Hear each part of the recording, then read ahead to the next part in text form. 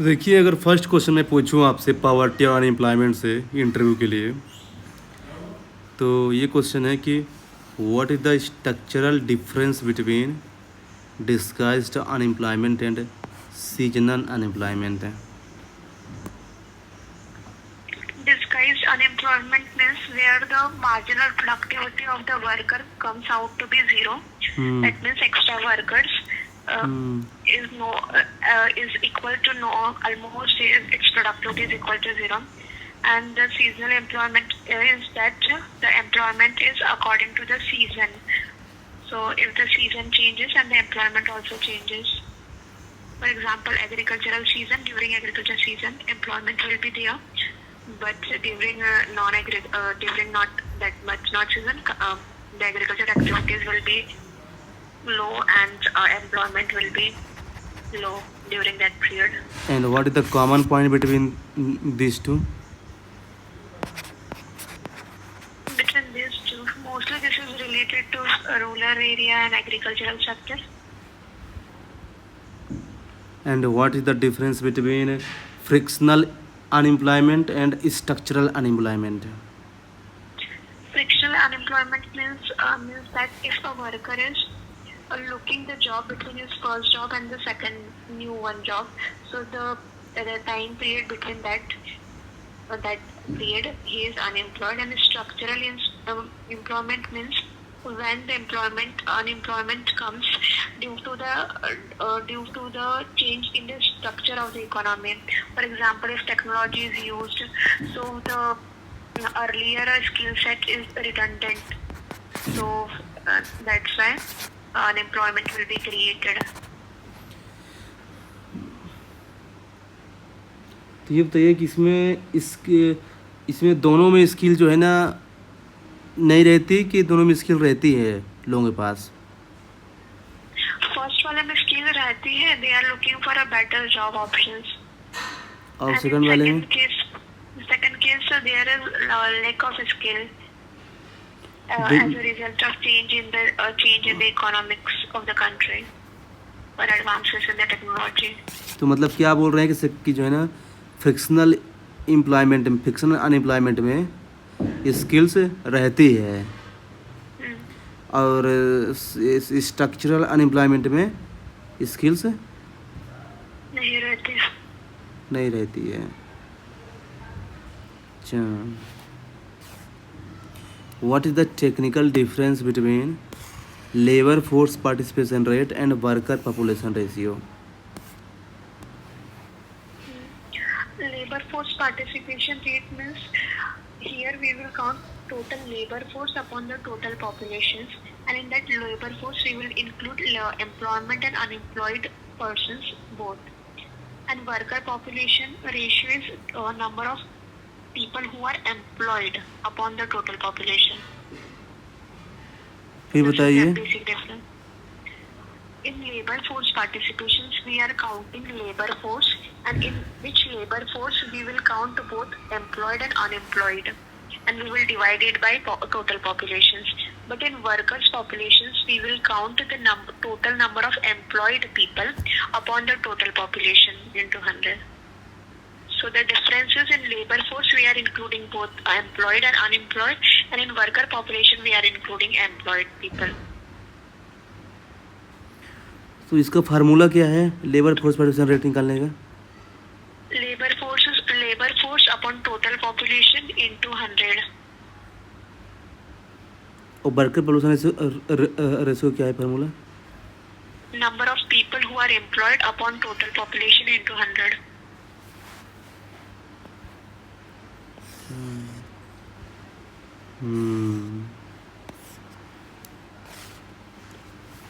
How do usual principal status and current weekly status differ in the PLFS survey?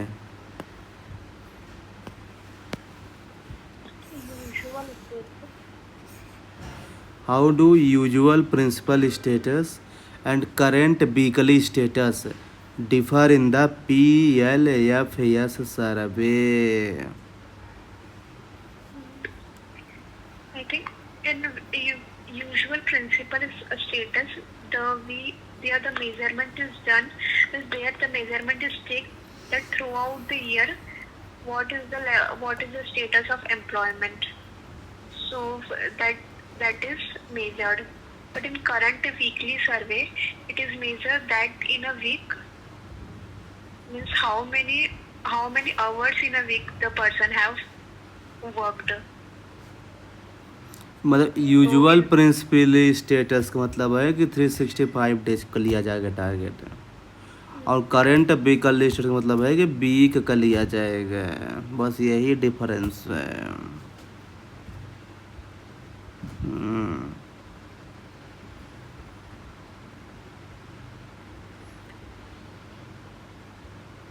How does open unemployment differ from unemployment?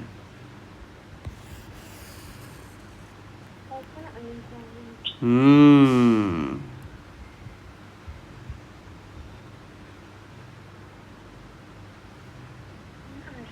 I have not read this word open unemployment. How does open unemployment differ from under employment?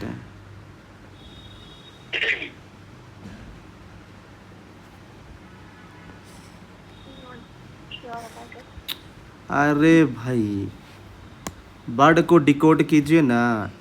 देखिए, open unemployment का मतलब क्या होता है कि ऐसा आदमी जो पूरी तरह से जो है काम नहीं कर रहा है, but he is actively looking for job है उसे बोलते हैं ओपन अनएम्प्लॉयमेंट। मतलब पूरी तरह से अनएम्प्लॉयड है और जॉब सर्च कर रहा है वो, उसे बोलते हैं ओपन अनएम्प्लॉयमेंट।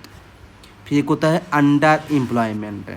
अंडर एम्प्लॉयमेंट का मतलब जानते हैं क्या होता है कि कोई आदमी मान लीजिए कि यूपीएससी की तैयारी किया है और जाके ऑटो चला रहा है।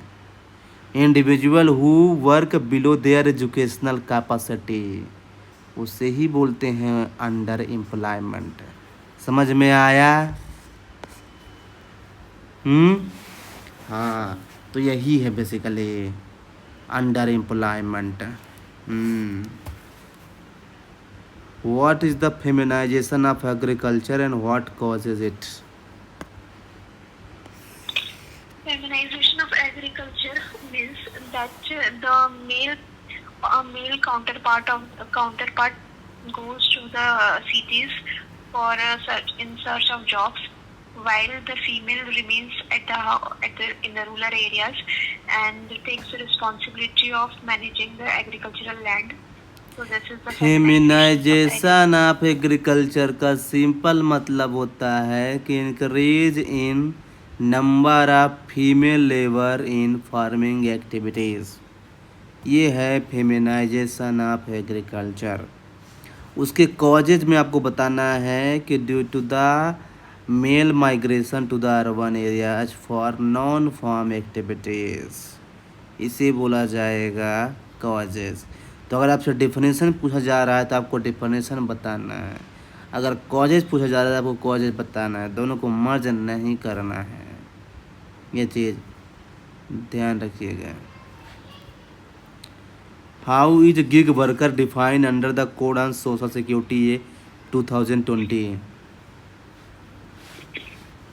Gig workers are those workers who are associated with a platform. So they are basically a platform workers who do not get proper social security benefits and work on a freelance basis.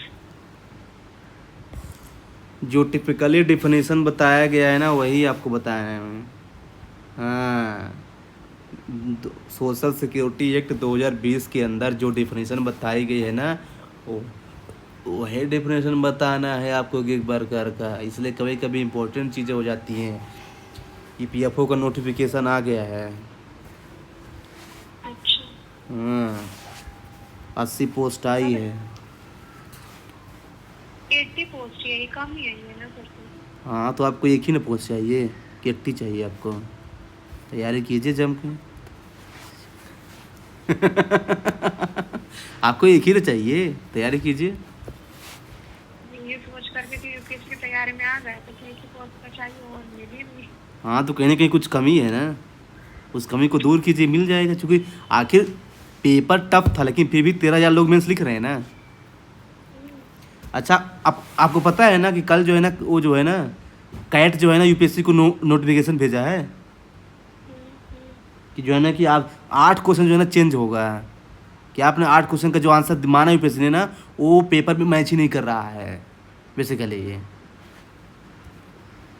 तो कुछ लोग बोल रहे हैं कि mains cancel करवाओ। Mains तो cancel नहीं होगा क्योंकि बहुत नज़दीक है मेंस, लेकिन यही है कि उसने मांगा है उसका जवाब कि मुझे जवाब दो, क्योंकि 8 क्वेश्चन के जो आंसर है ना जो जो पीएससी ने सही माना है वो पेपर में मैच ही नहीं कर रहा है, जो उसने ऑप्शन दिया था बेसिकली डायरेक्ट है। तो बोल रहा है कि क्या चल रहा है भाई, क्या चल रहा है ये। कैट ने सीधे बोला यूपीएससी को कि क्या चल रहा है, मेरे को जवाब चाहिए। हाँ, तो देखिए आपको सिंपली बताना है कि a person who perform work outside a traditional employer relationship typically through digital platform, इसे ही बोलते हैं गिग वर्कर। हाँ, जो कि ट्रेडिशनल जो एम्प्लॉयर होते हैं रिलेशनशिप उससे थोड़ा सा आउटसाइड रहता है ये, और वो थ्रू डिजिटल प्लेटफॉर्म के थ्रू एक्टिव रहता है, इसे ही बोलते हैं गिग वर्कर। ये 2020 के कोड ऑन सोशल सिक्योरिटी में डिफाइन किया गया है। तो ये क्वेश्चन पूछा जा सकता है आपसे, ये चीज़ ध्यान रखिएगा। यूपीएससी का भी डेट नहीं आई है ना प्रॉपर, मतलब कि इस डेट को एग्जाम होगा, नोटिफिकेशन। हाँ, नोटिफिकेशन आ गया है, मतलब कि मतलब क्लियर है कि एग्ज़ाम होगा। अब नोटिफिकेशन के बाद जो है ना 10-15 दिन के अंदर आता है फॉर्म उसका, तो फॉर्म आने वाला है। What is the current broad share of self employed versus regular salaried worker in India? I have to answer in terms of numbers. Percentage बताइए कि कितने परसेंट लोग इंडिया में सेल्फ एम्प्लॉयड हैं और कितने परसेंट लोग इंडिया में सैलरीड वर्कर है, रेगुलर सैलरीड वर्कर। जो रेगुलर सैलरीड वर्कर है ना वो अराउंड 20% के आसपास हैं, और जो ये सेल्फ एम्प्लॉयड है ना अराउंड 60% के आसपास हैं। तो एक रफ डाटा आपके पास होना चाहिए, एग्जामिनर पूछ सकता है। What is the head count ratio in poverty estimations? Head count ratio is number of the head count ratio is the total BPL population upon the total population. क्या बोल रहे हैं? Head count number of poor people upon total population multiply by 100, इसे बोलते हैं head count ratio. Number of poor people upon total population multiply by 100, जैसे वहाँ पे आप बताए थे ना वही है यहाँ भी formula. What is the poverty gap index and how does it improve upon its year? Head count ratio. Poverty gap shows the intensity of the poverty. So it is the average of the income gap of the poor from the poverty line. मतलब कि कितने लोग severely poor हैं इसको दिखाता है poverty, मतलब जो है ना poverty gap index. What are the 3 dimensions and their weightage in the national multi dimensional poverty index? The 3 dimensions are: first is education, second is health parameter, and third is the standard of living. तो उनका percentage weightage बताइए। चलिए, In health there are 2 indicators. मैं वो नहीं पूछ रहा हूँ इंडिकेटर, मैं पूछ रहा हूँ परसेंटेज वेटेज बताना है। Percentage weightage is 33%. अच्छा, 33% है।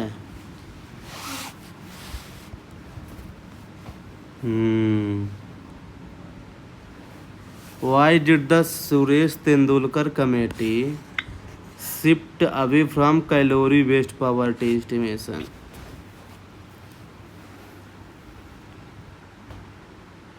It shifted towards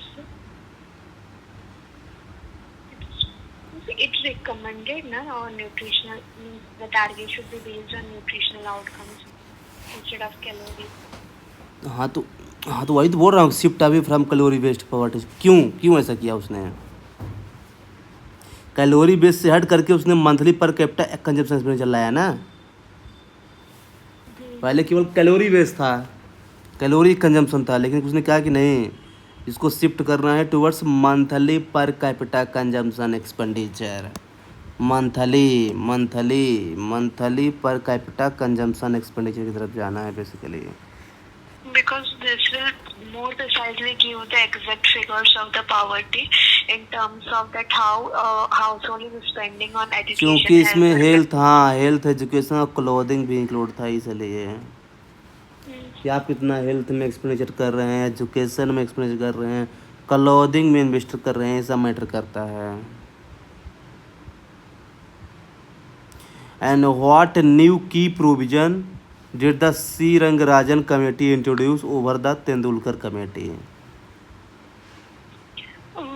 Rangarajan committee considered that rural and urban poverty should be separately calculated, whereas that Tendulkar ने कहा था कि शायद सेम वो यूनिफॉर्म पॉवर्टी बास्केट की बात बोली थी फॉर रूरल एंड अर्बन। बनते हाँ ठीक है, सेपरेट किया, ठीक है, रूरल अर्बन को। और then again this said that Rangarajan committee said that the consumption basket should include the food component, and while this Suresh Tendulkar committee Suresh नहीं, रंगराजन कमेटी पूछ रहा हूँ मैं। नहीं, तो मैं डिफरेंस बता रही ना, आपने ये डिफरेंस से पूछा ना। रंगराजन कमेटी जो है ना, ये प्रोटीन रिक्वायरमेंट और नॉन फूड एक्सपेंसेस पे ज़्यादा ध्यान दिया बेसिकली। क्योंकि पहले क्या था, केवल जो है ना फूड रिक्वायरमेंट पे ध्यान देते थे ज़्यादातर। ये बोले कि नहीं, फूड रिक्वायरमेंट के साथ साथ न्यूट्रियल रिक्वायरमेंट भी करो, और साथ साथ में क्या है ना कि हाई नॉन फूड एक्सपेंसेस पे ध्यान रखो बेसिकली। तो ये जो है ना बेसिकली डिफरेंसेस है।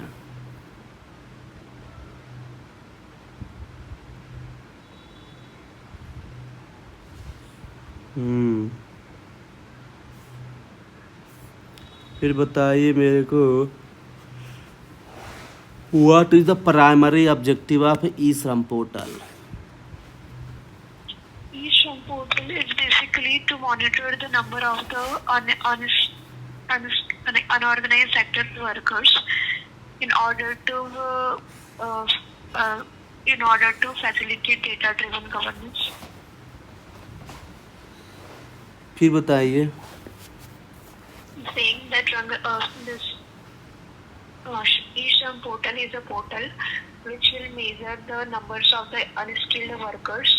So this is a portal where the unskilled worker would be registered, so that a data-driven governance can be promoted, and some social security benefits could be given to this. तो ये बताइए, ये केवल unorganised के लिए है कि organise sector के लिए भी है? Unorganized के लिए only, just for the तो ऑर्गेनाइज के लिए क्या है फिर? There are multiple provisions for the organized, like EPFO and patient or medical facilities, and they are already registered under the government data, because formal are basically registered under the government. ठीक है, ठीक है। अब मेरे को आप ये बताएं, what is K shaped recovery and how does it exacerbate relative poverty? K shaped recovery का मतलब क्या है? I think a K-shaped recovery is a type of recovery where some sector of the economy perform well and other sector decline or not perform at. Recovery की बात कर रहा हूँ, recovery की। तो आपको सिंपली ये बताना है कि के शेप्ड का मतलब ये है कि जो अपर इनकम ग्रुप है ना वो बाउंस कर रहा है ऊपर, और जो लोअर इनकम ग्रुप है ना वो नीचे जा रहा है। इसे ही बोला जाता है के शेप्ड रिकवरी जी। क्षेत्र में वो नहीं है कि कुछ सेक्टर आगे बढ़ते हैं, नहीं, उस सेक्टर के मैटर में है, मैं रिकवरी की बात कर रहा हूँ यहाँ पर, रिकवरी की। वो सेक्टर ये है कि एक सेक्टर ऊपर जा रहा है, एक सेक्टर डाउन साइड जा रहा है। वो आप उसकी बात कर रहे हैं ना, और मैं क्या है ना यहाँ पे दूसरे सेंस पे पूछ रहा हूँ। What is the care economy? Okay, care economy which promotes the care in the economy. For example, the care of the young ones or the care of the elderly populations. And this economy is trending these days because of our increasing life expectancy and the old age population. And India has a huge potential in this sector because we can become leaders and provide workers in other countries who are who are facing the old age aging problem like Japan or Italy. नहीं तो ये बताइए, जो care economy है ये paid होता है कि अनपेड होता है? This is mostly unpaid. तो जब अनपेड है तो फिर जो है ना, क्यों जापान में क्यों जाएंगे इंडिया के लोग?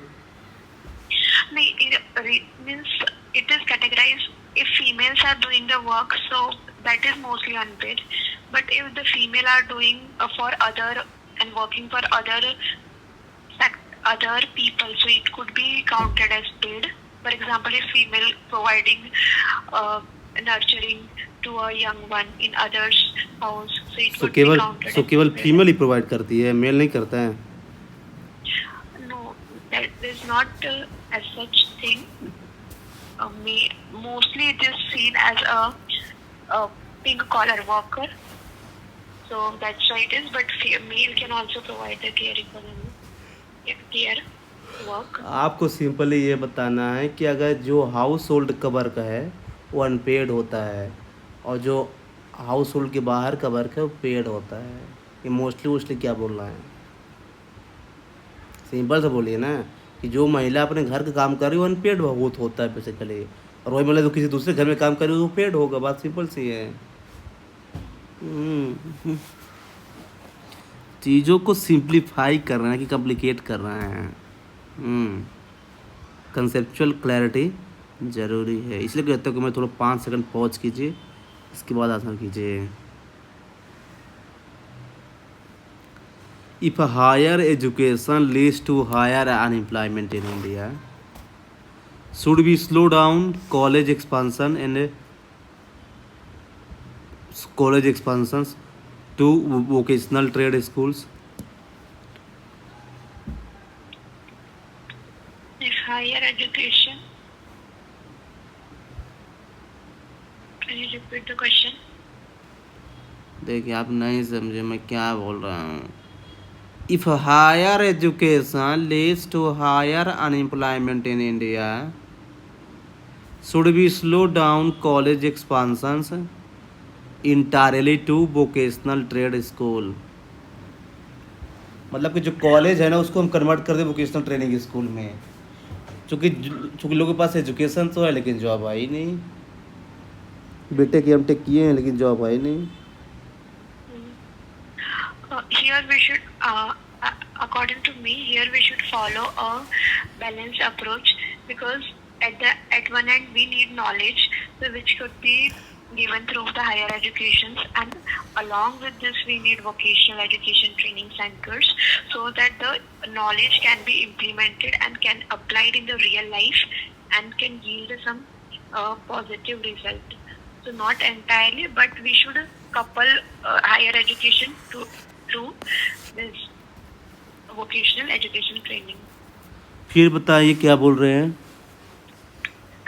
I'm saying that according to me, I think that higher educations are providing the knowledge which is required in certain cases, but it should be coupled with the this vocational training centers so that the knowledge is used in the practical life, which could yield the positive result and could lead to increase in the productivity. So there should be a balance of both. Theoretical knowledge is at the same time important along with the vocational training courses. ठीक है, आपको simply ये बताना है कि slowing down the college is not a solution actually. If we want to ensure employment, then we should focus on skill relevancy at 21st century and job structure of the school and colleges basically. और उसके अनुसार जो है ना हमको अपना syllabus change करना चाहिए. ये नहीं कि कॉलेज को बंद कर देना चाहिए, ऐसे आपको बताना है. तो मतलब कि किसी चीज़ को किसी चीज़ को बैन करना सल्यूशन नहीं है, उसको रेगुलेशन करना चाहिए, यही सल्यूशन है बेसिकली. ऐसा कुछ आप बता सकते हैं. बताइए मेरे को.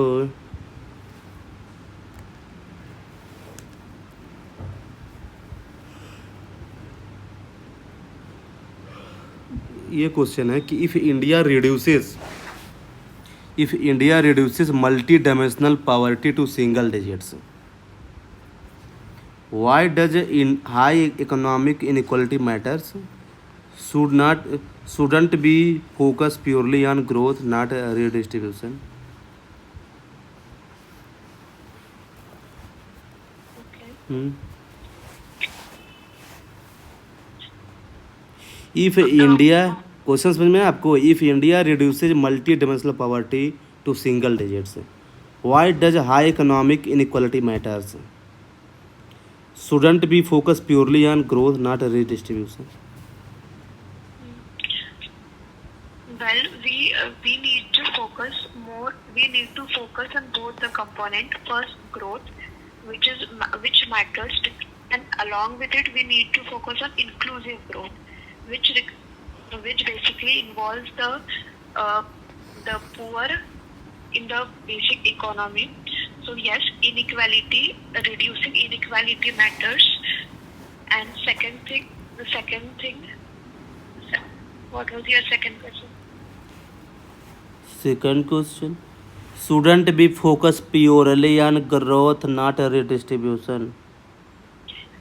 No, to achieve the inclusive growth, we need to have both aspects of the economy. On one side growth, and second time we need to focus on development of the poorest of the poor as well. So this one side approach is not needed. Holistic and development approach is needed so that we can ensure that we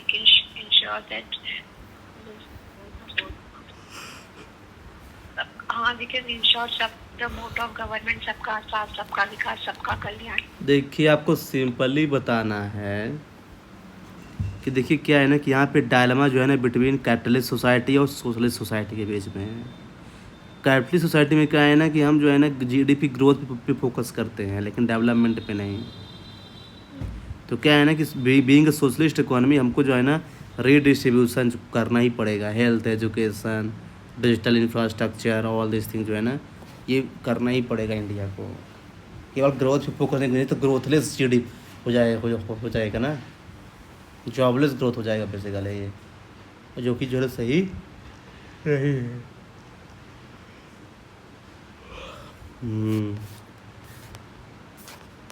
फिर मेरे को बताइए कि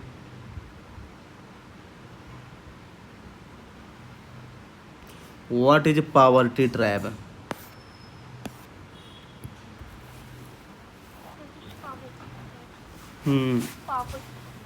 Poverty trap is a situation in which there is a vicious cycle of poverty. So a generation becomes, if a generation is poor, the further generation will also be poor, and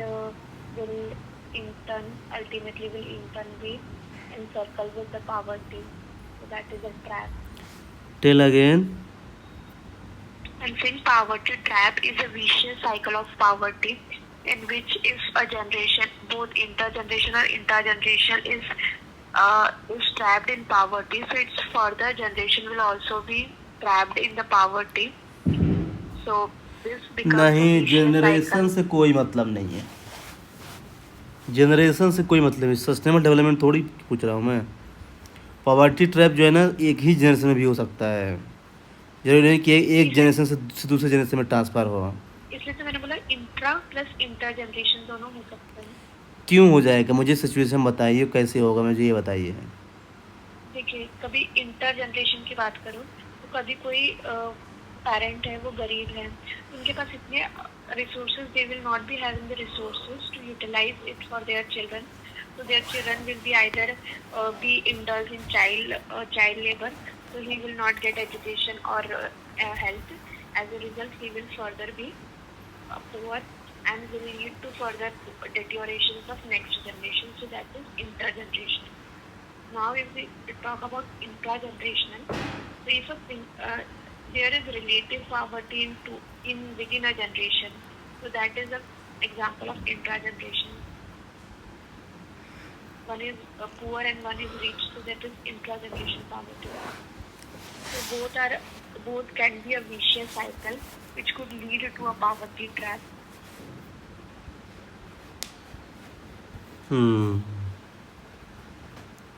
Which could lead to poverty trap. आपको simply ये बताना है कि जब गरीब क्यों है वो, चूँकि उसके पास इनकम नहीं है।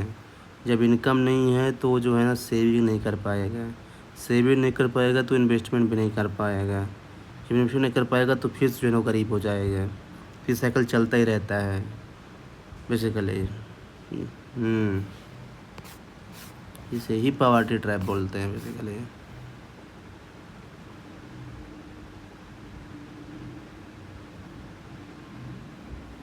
फिर ये बताइए कि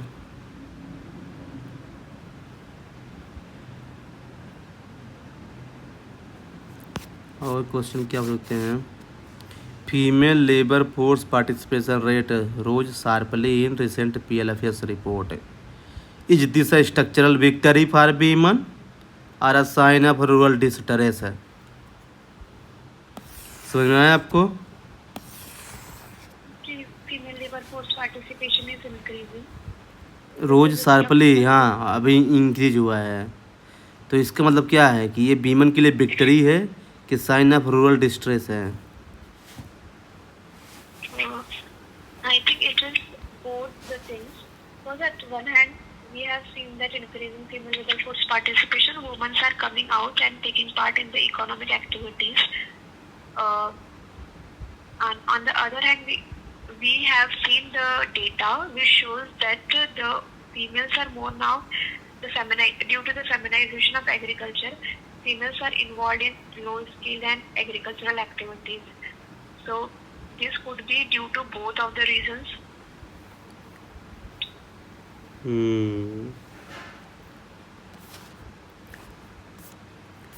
तो देखिए, ये कुछ क्वेश्चन मैंने आपसे पूछा है पॉवर्टी और एम्प्लॉयमेंट पे, है ना, और ये क्वेश्चन जो है ना आपसे पूछे जा सकते हैं इंटरव्यू में, क्योंकि ये सेंसिटिव मैटर है पॉवर्टी और एम्प्लॉयमेंट। यहाँ से क्वेश्चन एक दो फिक्स है, क्योंकि फैकल्टी किसी भी फील्ड का हो, ये क्वेश्चन कोई भी पूछ देगा, क्योंकि ये जनरल क्वेश्चन है ना, ऐसा नहीं कि केवल इकोनॉमिक जो एक्सपर्ट होगा वही पूछेगा ये क्वेश्चन। तो इसलिए क्या है ना कि इसको अच्छे से पढ़ लीजिए। देखिए, नॉलेज मेन चेक किया जाएगा, मुझको पहले मैं बता दूँ, क्योंकि आप RCA का इंटरव्यू देने जा रहे हैं, UPSC का नहीं। UPSC वाले क्या है, थोड़ा बैकग्राउंड पूछते हैं वो क्या है क्या नहीं, लेकिन ये क्या है ना सीधे नॉलेज पे सीधे कूदेंगे डायरेक्ट, इसे ध्यान रखिएगा।